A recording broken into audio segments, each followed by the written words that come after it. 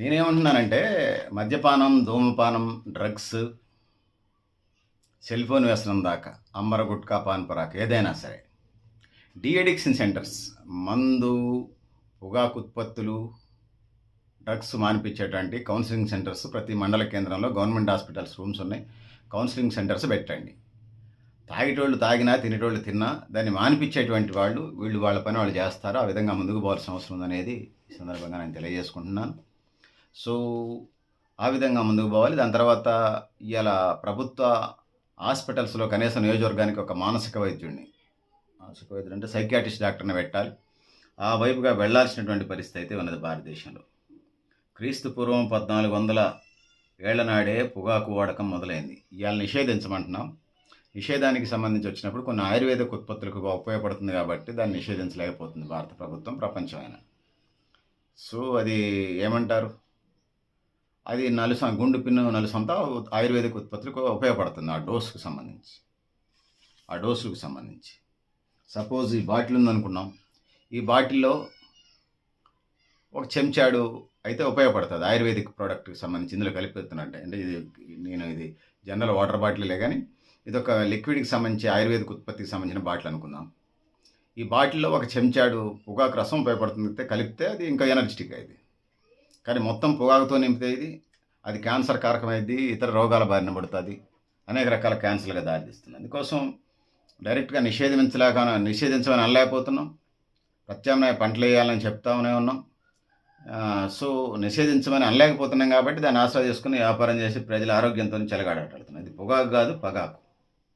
So యూరోపియన్లు America అడుగుపెట్టడం, దాని తర్వాత క్రీస్తు శకం 16వ శతాబ్దం నాటికి పొగాకు క్రమంగా యూరోపియన్ దేశాలకు, తర్వాత అతివేగంగా శరవేగంగా ప్రపంచంలో ఇతర ప్రాంతాలకు పాకింది. భారతదేశానికి కూడా వచ్చింది కరోనా వైరస్ వచ్చినట్టు. భారతదేశంలో ఎక్కువ గంజాయితోనే పొగ తాగేవాళ్ళు. అది 100కు కాదు, 1000కో 1,00,000కో ఒకళ్ళు తాగేవాళ్ళు. ఇప్పుడు అది పెద్ద కల్చర్ అయిపోయింది. ఇది పొగాకుని సిగరెట్లో కంపెనీల్లో, బీడీఎల్ కంపెనీల్లో చుట్టలుగా ₹5 తీసుకొస్తున్నాం. ఇప్పుడు అంబరో, గుట్కా, పాన్ మసాలాకు వచ్చింది. ఇవన్నీ క్యాన్సర్కి దారితీస్తున్నాయి. వరల్డ్ హెల్త్ ఆర్గనైజేషన్ వాళ్ళు పొగాకు ప్రత్యామ్నాయ పంటలకు సంబంధించి చేయమంటా ఉన్నాం.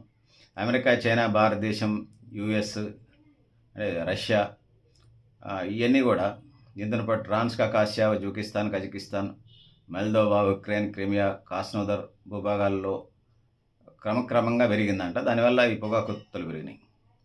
పొగాకు వ్యతిరేక దినోత్సవం మే 31 అయినా కాకపోయినా 365 రోజులు పాటించాల్సిన అంశాలు ఇవన్నీ. 1988లో పొగాకు వ్యతిరేక దినంగా దీన్ని నిర్వహించడం మొదలుపెట్టారు. ప్రపంచవ్యాప్తంగా కూడా 900 కోట్ల జనాభా ఉంటే 110 కోట్ల మంది పొగ తాగుతున్నారని, ఏటా పొగాకు కారణంగా 70 లక్షల మంది చనిపోతున్నారని ప్రపంచ ఆరోగ్య సంస్థ, వరల్డ్ హెల్త్ ఆర్గనైజేషన్ వాళ్ళు చెప్తా ఉన్నారు. 1987లో వరల్డ్ హెల్త్ ఆర్గనైజేషన్ అటువంటి సంస్థ నిర్వహించిన సమావేశంలో 1988 ఏప్రిల్ 7న ధూమపాన రహిత దినోత్సవంగా పిలుపునిచ్చింది.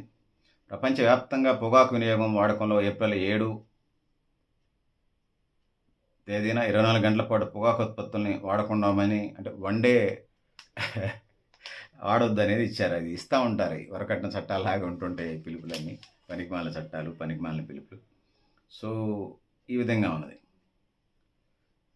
200 మంది, 3లో 200, ముగ్గురులో 2 మగవాళ్ళు ధూమపానానికి అలవాటు పడుతున్నట్టుగా, 300 మంది ఆడవాళ్ళు కూడా ఇందులో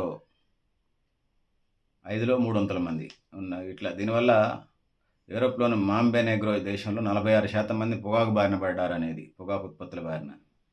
ఆడవాళ్ళు కూడా, మగవాళ్ళు 50% అయితే ఆడవాళ్ళు 30% ఇదయ్యారని. పేదరికమే ప్రధాన కారణం, అవేర్నెస్ తగ్గటం. ఇక అత్యధికంగా ఈస్ట్ తైమూర్లో 80% మంది మగవాళ్ళు పొగ తాగుతారు, కానీ 6% మంది ఆడవాళ్ళు మాత్రమే దీనికి రిలేటెడ్గా ఉన్నారు పొగాకు సంబంధించి. రష్యాలో 15 ఏళ్ళు పైబడిన మగవాళ్ళలో 60% మంది పొగ తాగుతూ ఉన్నారు, 23% మంది మహిళలు కూడా తాగుతూ ఉన్నారు.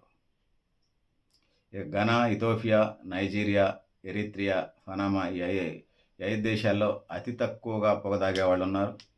ఆఫ్రికాలో 14% మంది మాత్రమే పొగ తాగుతున్నారు. అంతకంటే ఈ దేశాలు ఇంకా ఇప్పుడు చెప్పినటువంటి ఏ దేశాలు,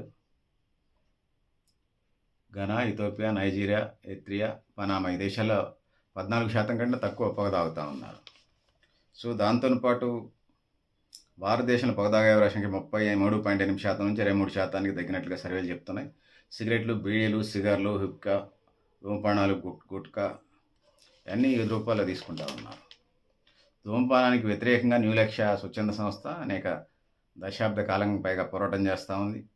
భవిష్యత్తులో కూడా కొనసాగుతుంది. సిగరెట్లు, బీడీలు, గుట్కాలు, పొడులు, జర్దా, కైని, స్మోక్లెస్ టొబాకో, పొగాకు ఉత్పత్తులు, పాన్ మసాలాలు వివిధ రూపాల్లో దీన్ని తీసుకుంటా ఉన్నారు. సో ఇది పరిస్థితి. పక్కమ్మటి వీళ్ళు తాగేవాళ్ళకి కాకుండా పక్కమ్మటి ఉన్న వాళ్ళకి కూడా సైడ్ ఎఫెక్ట్స్ ఉన్నాయి. సెకండ్ హ్యాండ్ స్మోకర్స్గా వీళ్ళు అనారోగ్యం పాలు పడుతూ ఉన్నారు. అవగాహన లేకపోవడం వల్ల సిగరెట్ తాగేవాళ్ళు పక్కన కూర్చుంటున్నారు. పబ్లిక్ ప్లేస్లలో సిగరెట్ తాగిన వాళ్ళని, పొగ తాగిన వాళ్ళ మీద అరెస్ట్ చేసి కేసులు పెట్టాలి. ఇక ప్రపంచవ్యాప్తంగా కూడా పొగాకు దురలవాటుతో సుమారుగా 8.7 మిలియన్ల మంది ప్రాణాలు కోల్పోతున్నారు. మిలియన్ అంటే 10 లక్షలు, 8 మిలియన్లు అంటే 80 లక్షలు, 80 లక్షల నుంచి 90 లక్షల మంది చనిపోతూ ఉన్నారు. 8.7 మిలియన్లు అంటే.